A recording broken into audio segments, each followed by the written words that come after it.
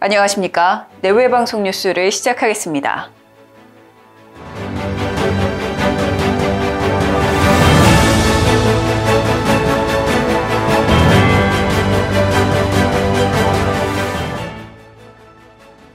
공직사회 땅 투기가 사회적 공분을 사고 있는 가운데 이해찬 전 더불어민주당 대표의 세종 땅값이 4배나 뛴 것으로 알려졌습니다. 윤영석 국민의힘 의원은 한국도로공사에서 제출받은 자료를 바탕으로 이 같은 내용을 발표했는데요. 서울 세종고속도로 노선이 변경되면서 이 전 대표의 토지 부근으로 나들목 입지가 정해진 것으로 나타났습니다. 이에 따라 2012년 평당 2만 1,400원이던 땅값은 2020년 8만 6천 원으로 뛰어올랐는데요. 1억 3,860만 원을 들여 구매한 463평의 땅 가격은 3억 5천만 원으로 증가했습니다. 야당은 문재인 정부가 출범한 이후 이 전 대표의 집 앞으로 입지가 확정된 배경이 석연치 않다고 의문을 제기했습니다. 미국 백악관이 조 바이든 대통령이 김정은 북한 국무위원장을 만날 의향이 없다고 입장을 밝혔습니다. 젠 사키 백악관 대변인은 현지 시간 29일 브리핑을 통해 북한과의 외교 준비에 김 위원장을 만나는 것은 포함되어 있지 않다고 말했는데요. 도널드 트럼프 전 대통령과는 달라 조건 없이 정상 간 만남을 진행하지 않겠다는 입장을 시사한 것으로 보입니다. 현재 미국은 지난 정부의 대북 정책이 실패했다는 평가와 함께 새로운 대북 전략을 수립하는 과정에 있는데요. 이번 주 후반 한미일 안보실장 회의를 열고 대북 정책에 관한 협의를 진행할 예정입니다.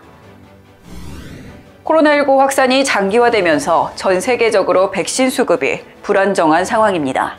일부 국가는 자국 내 물량 확보를 위해 수출 중단 카드까지 꺼내들었는데요. 이에 따라 국내 백신 접종에도 차질이 생길 수 있다는 우려가 나오고 있습니다. 정부가 상반기까지 1,200만 명의 접종을 완료하겠다고 장담했기 때문입니다.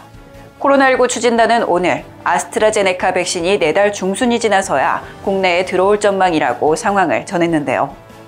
이대로라면 계획했던 접종 일정도 미뤄지고 물량도 예상보다 25만 8천 회분이 덜 들어오게 됩니다. 이에 따라 약 12만 9천 명분의 일시적 백신 공백이 발생할 것으로 보입니다. 뉴욕 증시 다우존스 30 산업평균지수가 또다시 사상 최고치를 기록했습니다. 헤지펀드의 대규모 블록딜 여파에도 불구하고 올해 들어 17번째 최고치를 경신한 건데요.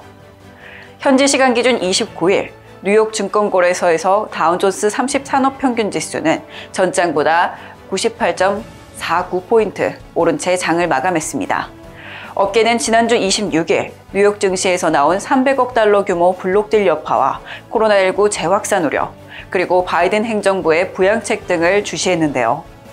특히나 이번 주 바이든 대통령이 내놓을 추가 부양책에는 증세도 포함되어 있어 주목이 쏠리고 있습니다. 안토니오 구테우스 유엔 사무총장이 미얀마 군부의 유혈 진압을 강력히 규탄했습니다. 기자회견을 통해 무력 진압으로 민간인이 숨진 것은 용납될 수 없다고 공개적으로 규탄한 것입니다.